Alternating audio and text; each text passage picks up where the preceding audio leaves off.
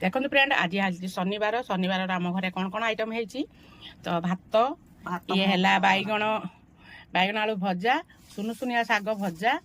आउ ये लाउ तरकारी दही बैगण डाली ये माँ देखु ये सुनसुनिया शाग दही बैगण तर प्रिय आ भजा आंब आ भात भातटा आज नरम हो जाए से माँ टे कुचु कुचु होती आते भात आज मो नणद लुसन आउ है जो माछ होटेल अणा होता 2 पीस माछ नहीं आसते से देदेलु आउ ये सब आइटम है